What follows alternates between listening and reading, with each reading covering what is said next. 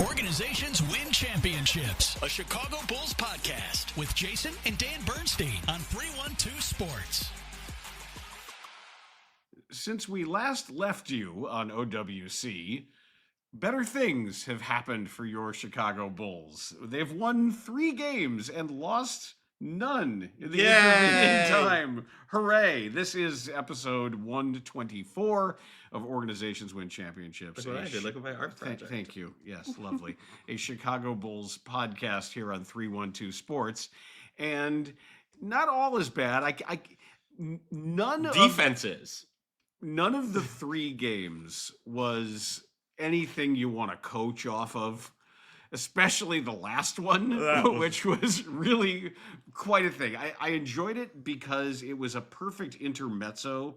Intermezzo. Yes. Words. I didn't say antipasto. I said intermezzo. Just the words. Can you ever just can you use something a little bit more comprehensible for the average Joe? What are you? You're now Mr. Populist representing. Yes, I'm a part of the Democracy. of the Democracy. Stop playing around. The Bulls are 13 and 15, 10th in the East. Wow, what's new? They are 14th of 30 in offensive rating, 25th of 30 in defensive rating, with a net of -3.4 that puts them 20th of 30. So they've outscored their opponent in the last 3 games. They had a home and home with the Cleveland Cavaliers, and nothing was really great. The first win was good. They played well. That was a good win, and I thought they actually played some pretty representative basketball. Second one, and the 152-150 win at Atlanta. When I say intermezzo, what I mean is, it's in music, it would be something sort of in between movements. Okay. And in cuisine, it would be that little bit of sorbet that you would have in between courses as a palate cleanser. That's an amuse-bouche, isn't it? No, an amuse-bouche is something it's a fun in your mouth is what that is. It's usually a free thing that's handed to you, a free mini appetizer is an amuse-bouche. Lots of fun in my mouth. It is mouth fun. That's what it is, right? Is that bouche's mouth? An amuse. Yes, amuse-bouche, mouth fun. It's not the only kind, but that's a very specific kind. But the intermezzo in between all the damn football, I go from the Tulane game and the Bears game and all the other football just to have a little bit of basketball. And it was kind of pleasurable because... I don't even know if we can call the Tulane game a game. That was just an ass whooping. Nobody on the Bulls is playing a lick of defense with the exception occasionally of modest Buzelis when he's close to the rim going after the ball. Not even Okoro, you want to say? And Isaac Okoro, who plays with an effort that is not contagious, unfortunately. And he played pretty well against Atlanta, though, just all around. He can look really good sometimes. And it's hard for me to watch the lack of effort defensively because let's start with individually and just allowing a ball handler to get wherever he wants all the time. Josh Giddey appears either incapable or unwilling to assume a defensive stance. Or both. He can do it on offense. He can get low on offense. I've seen his knees bend. His knees bend. Alert the media. But there isn't any impediment whatsoever unless he is specifically reminded at every point of the game, try on defense. I've got 3 issues here. One is Giddey, and Buzelis too has caught whatever Giddey has, where Buzelis is allowing his man to get right by him with the ball, without the ball. And you can't do that when Vooch is back there. Well, that's problem number 2. And that is the switching of screens. The defaulting to switching every ball screen. And you just can't. You get mismatches. Well, and teams are now running plays to get Vooch involved. they're running plays to either get a mismatch with Vooch's guy and the ball handler, which is simple, walk it back, go around, or they're getting Vooch matched up oddly. So you're either getting a post-up opportunity or you're getting the Vooch blow by or the lob. And the Bulls are really susceptible to this, all these Spain pick and roll actions that everybody's running. Am I boring you? Sorry. Yes.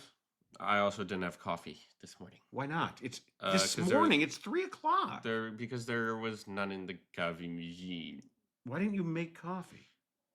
Because I'm a lazy machine. Unbelievable. You're unbelievable. What time did you wake up? 12:30. Idiot. You know, I know. Whatever. It's fine. If they're not going to fight to get over and around screens, they're not going to be able to stop anyone as they're running. And even then, even if they fight, I don't know if they have enough talent to get over those screens and really make that much of a difference. Well, at least have a consistent set of defensive rules other than switch, where we always there are rules here. It's not Walter, but somebody is always yelling from the bench. But there are teams that will have either you can blitz pick and roll, you can go underneath, you can ice pick and roll, which takes a ton of effort. Yeah. Or you can there's a time and a place to switch. It isn't just something you do, oh, I'm screened, take my guy. And I feel like you got to switch when you have a lineup out there that's versatile. I mean, similarly sized. Exactly. Yeah. I was going to say, and his minutes have kind of gone away a little bit, but if Patrick's out there with Zach Collins, if that's your 4 and 5, Zach Collins, he's big, but he can move a little bit. Mm-hmm. Even Jalen Smith can move better than Vooch can. And then Okoro, Buzelis, and whatever lineup you want to run. Trey Jones, even Giddy out there, because he can still switch because he's 6'8". To accomplish what? Nothing, but I'm saying he's similarly sized.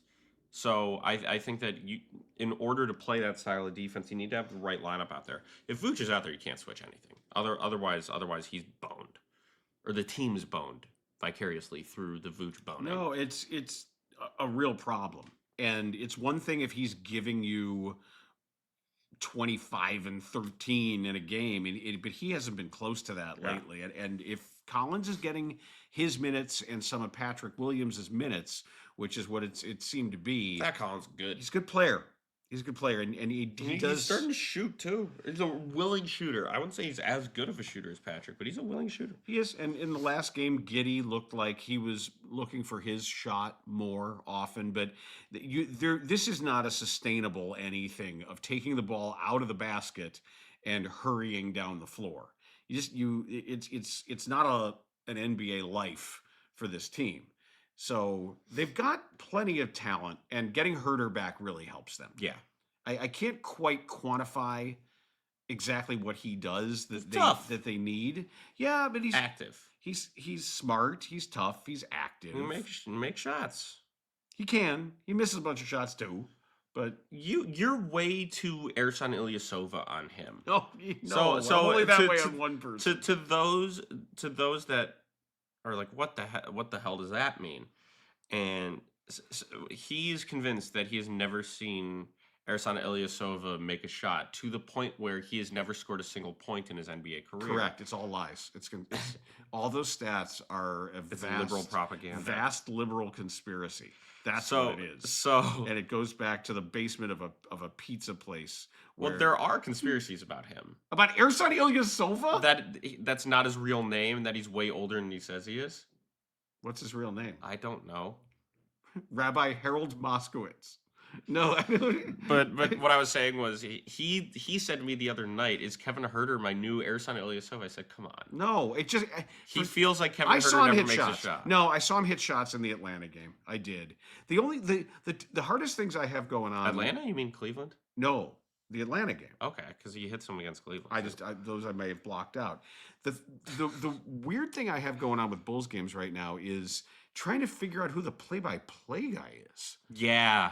It's between Wayne Randazzo. Between Adam Amin, Wayne Randazzo, and Connor Onion. Onions! Connor Onions! He's good. Connor Onion's really good. Yeah. And I give Stacey credit because I don't think people know how difficult it is. Yeah, he doesn't change and he lets the play-by-play guys have their moments, and he still does what he does. And I don't feel like Stacey. It doesn't matter who it is. Stacey is still pining for 2-point shots and calling any post up a simple game. If only if they make it. Right. But it's just like they said, don't take a three, don't take a three. But then when a three is hit, Red velvet. That's good. It's always good if a three is hit, but if a three is missed, you don't want to take that three.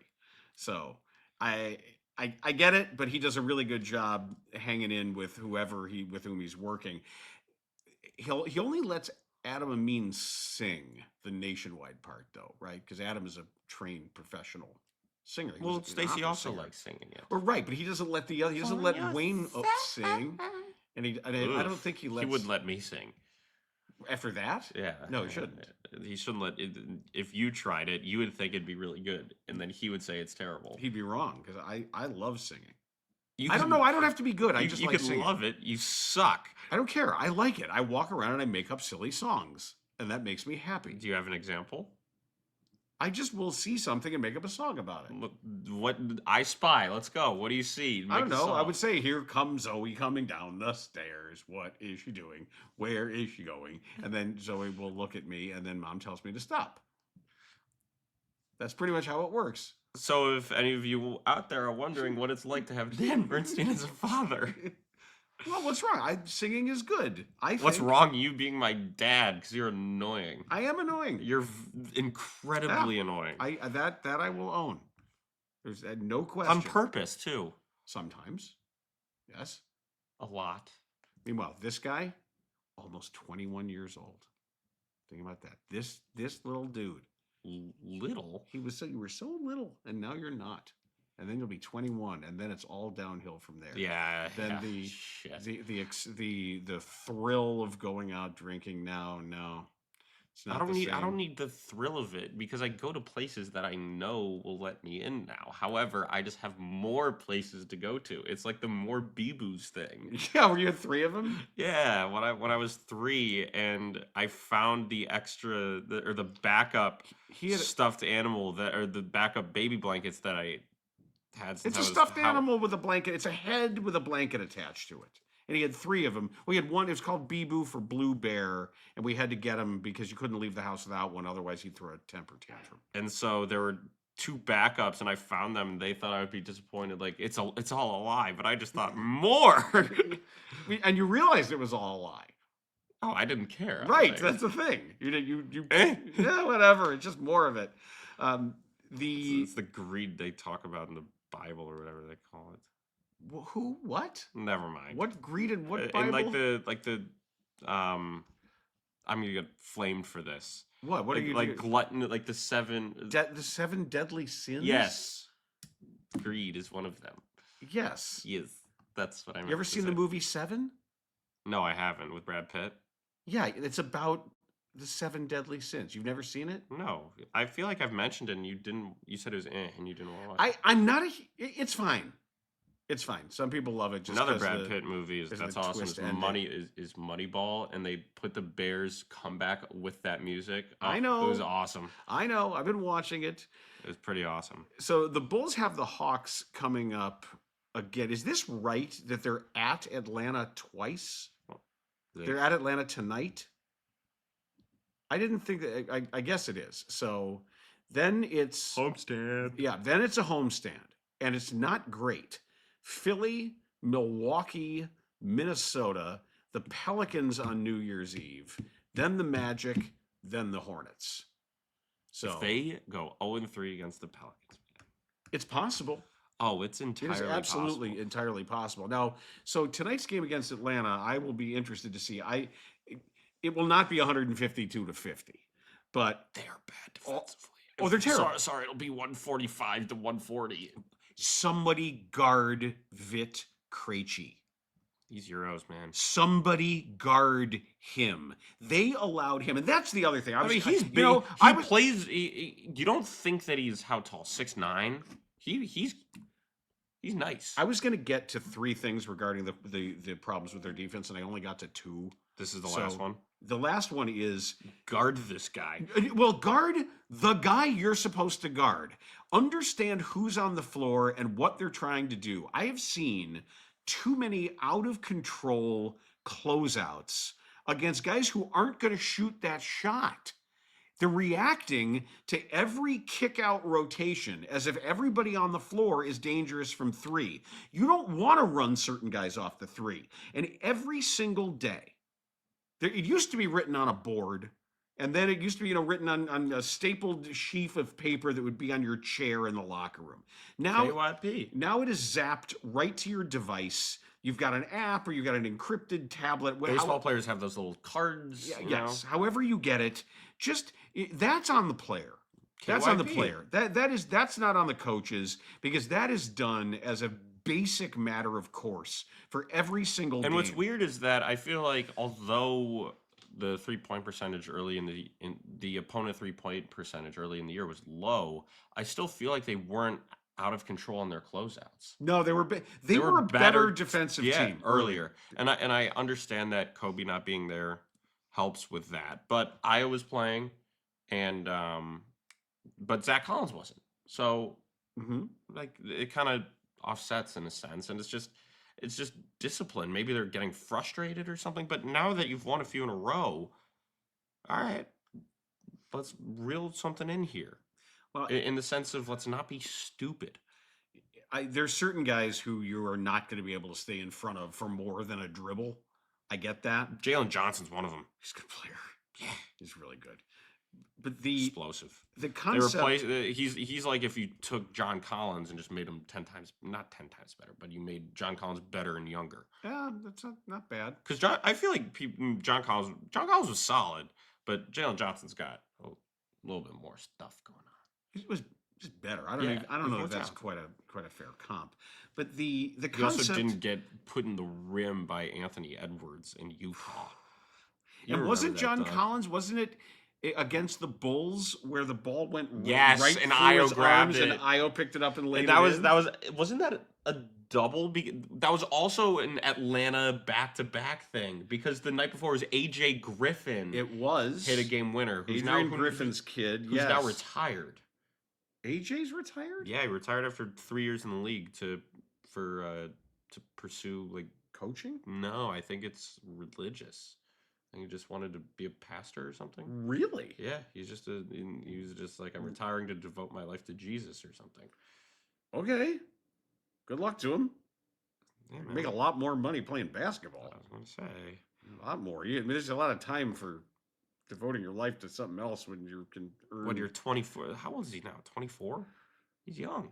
I remember him at Duke. He's a good player. Yes, I know. And you don't even have to be good to make a lot of money in the NBA. If maybe in a couple of years he'll maybe make another. He'll stop devoting his life to the Lord. I don't hate on other people. I'm not. What did I say that was hateful? I just said, money. There's always, you can use those resources toward your end goals as well. Once you've made all the money you can make, you can then devote your life to and devote a lot more than just your life. Jesus. Yes, you can devote it to whatever pursuit you want, or the monolith that rules us all. You've been watching the videos, haven't you? I'm watching some of them. Yeah. I feel like I'm the Tiggy of this podcast. No, you're not that angry yet, and you don't do enough drugs. No, people don't know the neural viz bit. I don't think. I don't have enough holes. I have a problem with drugs. I can't get them in me fast enough because I don't have enough holes. I can't seem to get all the drugs inside of me. I don't have enough holes. Have you heard about the efforts by the NBA and FIBA to form a brand new European basketball league? What is going on? No, I've heard some of it. Stop being weird. Life is a lie, brother. Stop. Skeptic. Conspiracy theorist. So the NBA. Whoa, my voice sounds so cool. Burrito. Stop. Seriously, are you here or are you not here? Are you high? No, not anymore. Okay. The NBA is in talks with FIBA and other groups. What? I don't know. I'm just thinking about Tiggy. Okay.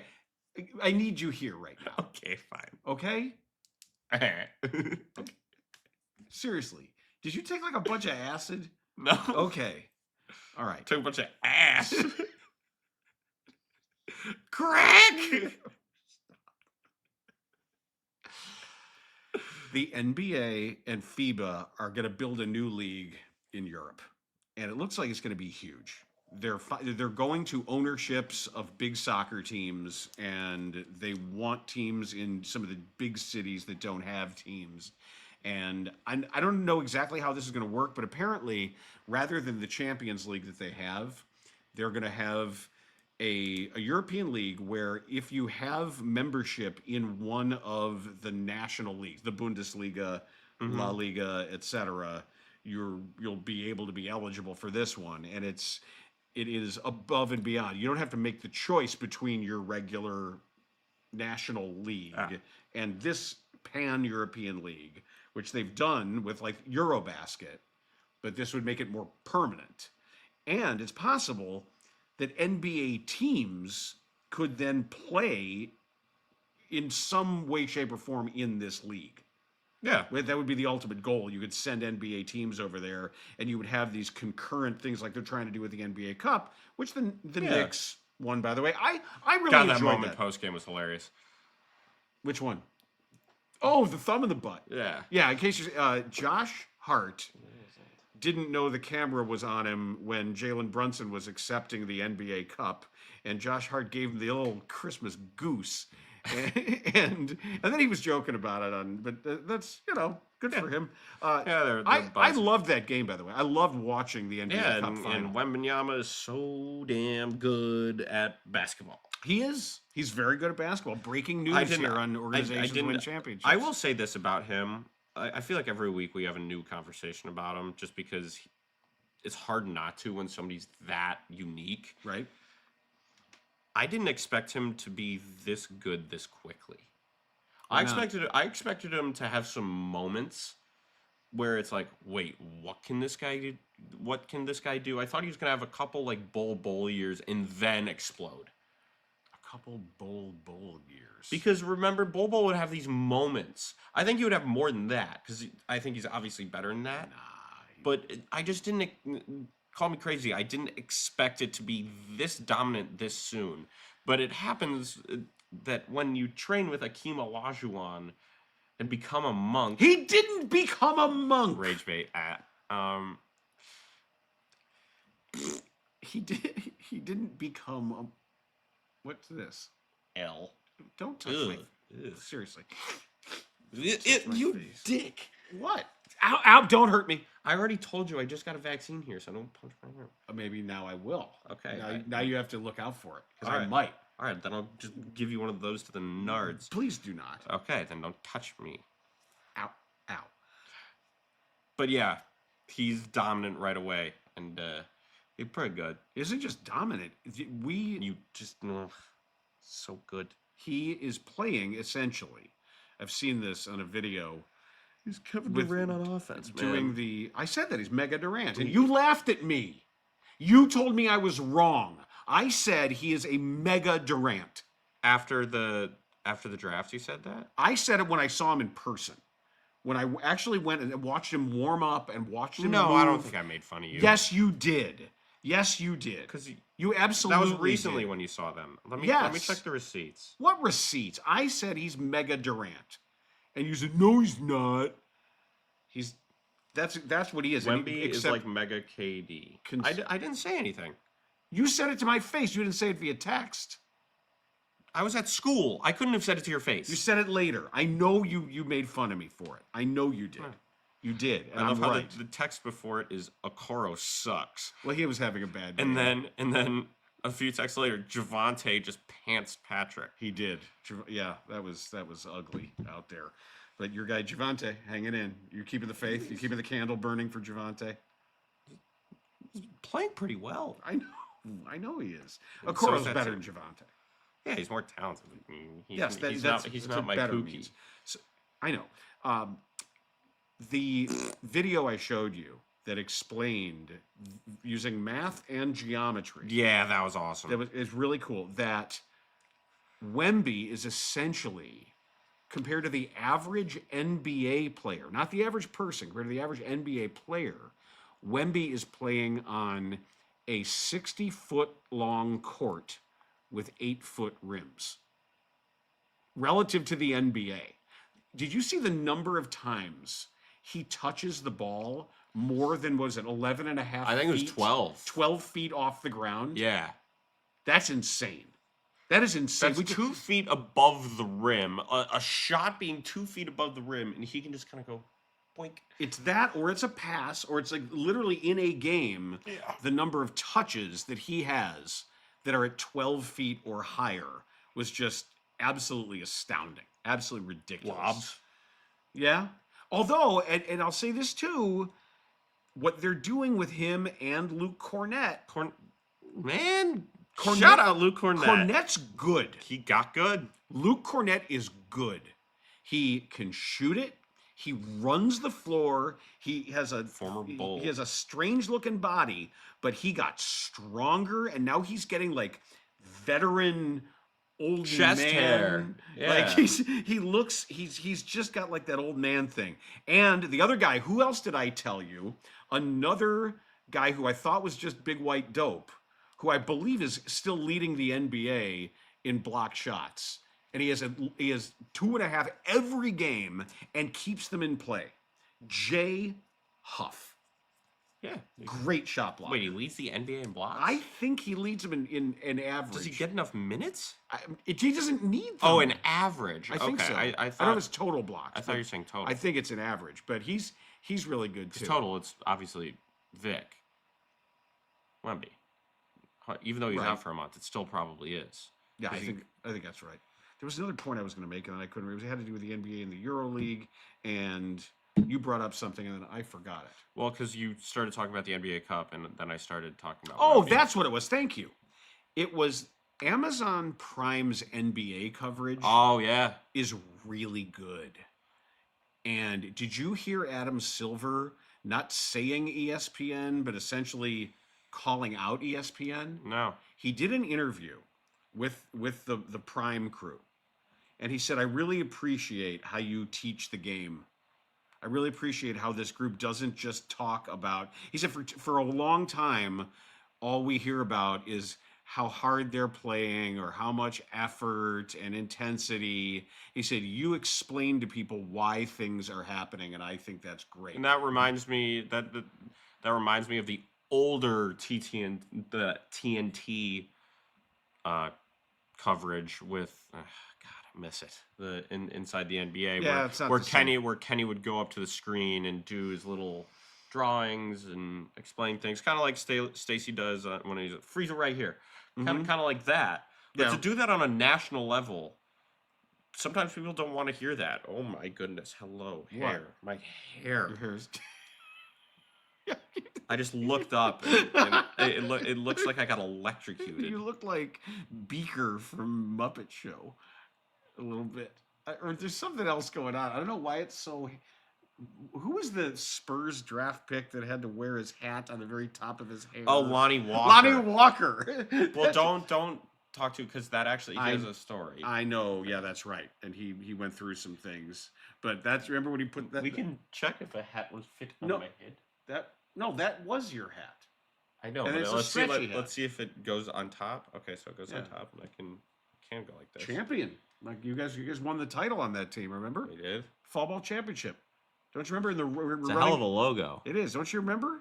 It started raining. It was at Wells Park. It started raining. Yeah, and I got a base hit up the middle to start it. Yep. Last time I could ever hit a baseball competently. Yeah, you gave that up. Long time ago. All right, I'm unk. Let's get to our showdown because I have a good one.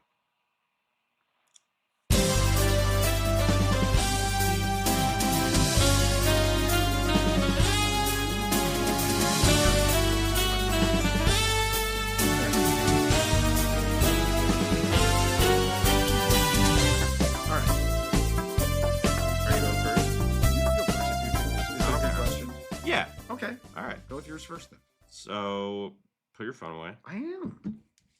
So, I just want you to name the 5 players with the most 20-plus minute, 0 turnover games since 2010.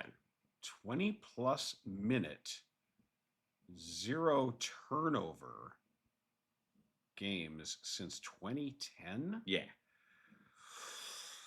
It's pretty hard, but How about Chris Paul? nope. Well, I'm trying to think. It could be if it's somebody who has the ball a lot, there's a higher chance of there being a turnover. Exactly. Good So thought. it's usually stars have turnovers. So I would say two of these guys are like not stars at all. One of them, first ballot Hall of Famer, this is hard and then 2 other ones are like have been kind of Because- one-time All-Star guys, but it might- really good players. it might be somebody who just doesn't get a lot of touches, who was out there for 20 minutes and was never near a ball. Exactly. So it could be.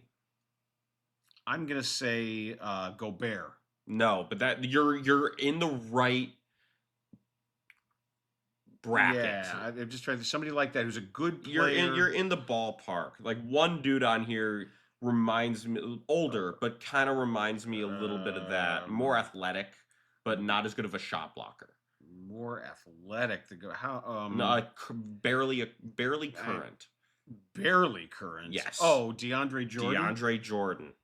I love how you got that off of barely current. Well, it's hard to remember. He's So still DeAndre playing. Jordan since 2010 has had 159 games of 20 minutes and 0 turnovers. Well, if all your touches are like lob passes Right. or grabbing rebounds, how many did you say there were? 159. Oh, like players? How many players? Oh, I said 5, but if you want Oh, to okay. do, No, okay. he's 4th to Jordan. DeAndre Jordan. This is kind of. How about Jonas Valanciunas? No, but just say his last name properly. Valanciunas. There you go. But Jonas no. Valanciunas. No, good guess though. These are the guys I'm trying to think of. How about Isaiah Hartenstein? No, hasn't played long enough. Because since 2010. Oh, since 2010. Right. So there's be older, So mostly bigs. they're all bigs. They're all bigs. Clint Capella. No, but good guess. So I would say. So 2 of them are retired. Of what's remaining, 2 of them are retired. I believe one, he sometimes just comes back in the middle of the season. Sometimes he's not retired. He was good. Lance Stevenson? No, big. But I'm just trying to think of a guy. What do you mean? He just shows And then up? the other one is still a really good NBA player right now. Not as good as he once was a few years ago, but still really good and has played for a long time. All right, because I'm just trying to think since 2010, like Joel Prisbilla. No, but no. Is it a Plumlee? No. Damn it. I thought I could kill 3 with 1 there with a Plumlee. So I'll say this: number 1, first ballot Hall of Famer, NBA champ, MVP. Jokic? No, Giannis. no, Still playing? no. Oh, geez. Oh, geez. Marge. Retired like 5 years ago now, and he's still leading. Retired 5 years ago. Something like that. 5, yeah, So- a while ago. Maybe even longer than that. So it's not Duncan. Nope. But that good name to think about there. Like that era of really good players. That era of really good In players. the 2010s, yeah. Oh, shoot. Was there a big on Golden Not Bogut? Nope. His prime was a little before then. He won the MVP in the 2000s. I would have to go through the teams in my head and start going through it. But If I give you the team, we'll give it away. if you give me the team, it'll give it away. NBA Played there his whole career. So it's not like Zydrunas Ilgauskas No, or no. somebody. Better. Right, because I never won the MVP. I'm just trying to think of like some of these guys who are on some of these teams. It's not Bosch. No. It's if you give me the team, it would get Dirk? Dirk, number 175 since 2010. He retired so long ago. Wow, I'm surprised. Because he had the ball a lot. Yeah. But NBA champ, MVP. Didn't pass much. No. All right, who are the others? All right, number 2 with 169, Marvin Williams from the Hornets. Jeez. North Carolina. Yep. Number 3, former Bull, Tristan Thompson, 167 with the Cavs. Wow. And then number 5, this makes a lot of sense just because he's played a lot, Brook Lopez. I'm a little surprised considering how much later in his career he played on the perimeter. Maybe he Just shot the whole time. Yeah, but there's still passes. But also, but the thing is that he played a lot of time with the Nets. Good question. Glad you got DeAndre, though. But yeah, so you got 2 of them. Was that too hard? Do you want me to tone that back? I don't know. It's fun. As long as it's entertaining. Okay, turn. Okay, sorry. So I have the list here, actually, of the top 25 all time in bench scoring. So these are points. So it doesn't mean they came off the bench every time. It just means these are the points they scored as a bench player. As a non-starter. Okay. Who are the top 10 all time in the NBA in bench scoring? There's some great names. Jamal Crawford. Number 2 is Jamal Crawford. Lou Williams. Number 1. Wow. By a mile. Really? Lou Williams is number 1. Jamal Crawford is number 2. So there's some crossover here with the question you did about the non-all-stars. Yeah. But there are some all-stars. But I feel like the thing is that Rudy Gay started a ton. Yeah, so I don't Rudy think Gay's not on he's not here. Right. Okay. Oh, wow. 25. Yeah. I think David West started too much. Yeah, but David West isn't on here. That's a real Monte Ellis. That was the other name I had. Monte Ellis. He's got to be top 25, right? No. What? He is not. Monte Ellis is. I think of him as like a 6th man. Monte Ellis is not on the list. Okay, so Lou Williams. I know I'm not in the frame, but I'm trying to make sure you can't see my phone. Are there some like crazy names on here too? There's some classic names. Okay, so it's not gonna be like Reggie Jackson or something like that. No, there are some really in the top 25. There's some fascinating. Right, there's one guy I had to look up. It's not up. Kukoc didn't play long enough. Right? No. Oh, this is just hard.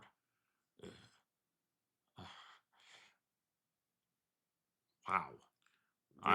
There's number 3. This is tough. Number 3 is not the greatest player in his family. Okay. There are 3 NBA players in his family. Michael Thompson? No. No, that's only 2. That's 2 NBA players. No, he had a brother, and I thought he had a brother. His brother played as a White Sox. But he had another brother that was. You said 3. Oh, Del Curry. Del Curry. Wardell Curry. Thinking of the wrong Splash brother. Yeah, Del Curry is 3rd. That makes sense. Yeah. And then it's a bunch of classics. Like there's people from. So nobody else from. There's a current. There's in the top 10. There is 1 current player. Jeff Green. No, that's. I think he started too much. Okay. But I feel like later in his career, he came off the bench a lot and would put up some buckets. Jordan Clarkson? Yes! Very good. Jordan Clarkson is 7th. So wow! Here's that's good. That was no matter what happened. This is hard. It is hard. So I already feel okay about just that. All right, can I give you just the rest of the list of this is the all-time list of bench scores. Can I try to get one more? I mean, some of these names you'll hear and you'll be like, "Oh yeah, I've heard of that guy," or "Oh yes." I'm trying to think of, and they all make sense. Not like Mookie Blaylock or something. No, he's a or starter. Mahmoud Abdul-Rauf. No starter. Steve Smith was a starter. There is a Smith, but not Steve. Smith? J.R.? J.R. Smith is 13th. Okay. All right, so Shumpert. I'm gonna give you the list. Okay. I'm gonna give you the list. So P.J. Brown. No. Lou Williams, Jamal Crawford, Okay. Del Curry. Yeah. Eddie Johnson. Yeah. Is third. Do you know who he is? Fourth, you mean? Fourth. Eddie Johnson went to Illinois, was a Houston Rocket for a long time. Really good player. Ricky Pierce is fifth. Okay. Who went to Rice? I think you quizzed me on that. Thurl Bailey is sixth. One of two Thurls I can name. He and Thurl Ravenscroft is the other. You know who that is? No. You know who Thurl Ravenscroft is? Oh, thank. Yeah, you do. From what? The singer / voice actor. He's Tony the Tiger. Oh, okay. He sang "You're a Mean One, Mr. Grinch." Got it. All right. And he's and I knew it was the same person. I just didn't know his name. Mr. Mouth. Oh, That's Thurl Ravenscroft. I'm too young for that. Jordan Clarkson seventh. Manu Ginobili is eighth. Oh, I should have gotten that. That's bad. The Microwave is ninth. Vinnie Johnson, Okay. who is famous for coming off the bench and scoring. Yeah. Kevin McHale 10th. Really? Sixth man. Yep. Here's a name. No, that'll be next.